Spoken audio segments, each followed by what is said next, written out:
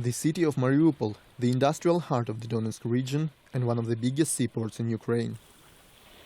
Approximately 500,000 people live here, just about 20 kilometers from the contact line. Echoes of war can often be heard in the eastern districts of the city. Aside from that, Mariupol lives a normal life nowadays, attracting tens of thousands of refugees from the occupied territories. 1 in 5 residents here is internally displaced, 100,000 people in total. Vera and her family came to Mariupol from Shirokino village in 2014. Their home was destroyed in the fighting between Ukraine and the Russian-backed forces. The woman managed to overcome all the obstacles and even volunteered to help the others. I registered at the employment center. For half a year I couldn't find a job. It was really rough for the displaced. I had to become a volunteer, help the rest. And the people of Mariupol, when it all started, average people showed their support. They would come to us, bring medicine, clothes. They would allow us to rent apartments. Some would even do it for free. They really helped us. Now Vera works at the city center for helping families and children. Her daughter goes to local school. However, some people that come to Mariupol from the war-torn regions still need help.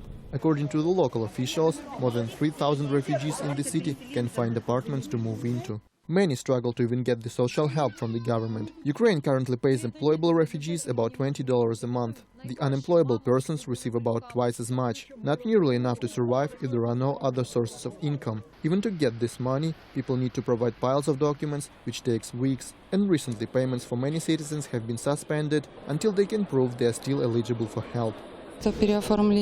We applied for the social help once, but now our term is up and we need to do it again. But it's so difficult, convoluted, that I don't want to go through it ever again.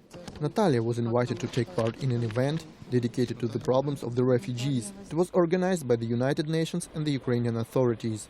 Due to the progress achieved in supporting the IDPs, Mariupol was named a city of solidarity. The UN and Ukraine also signed a cooperation memorandum aiming to solve the main problems highlighted by the refugees, like housing, unemployment and medical treatment. We will be reinforcing our protection activities, so legal assistance to the internally displaced, monitoring of the rights of the internally displaced. But one of the main roles that I think we are committing to is advocacy.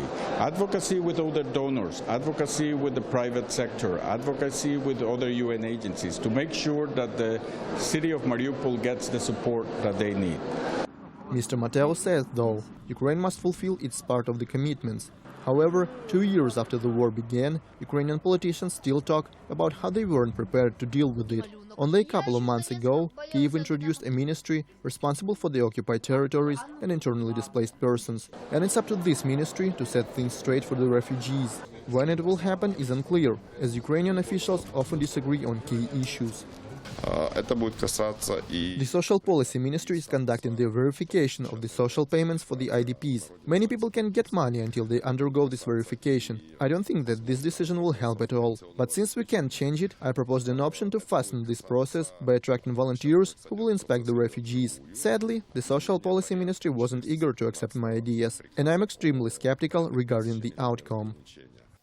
The deputy minister admits there is a lot of work ahead. According to the latest statistics, the war forced more than 1.5 million people to leave their homes in occupied Donbas and Crimea. Some can take care of themselves. The lives of the others heavily depend on the help from the government.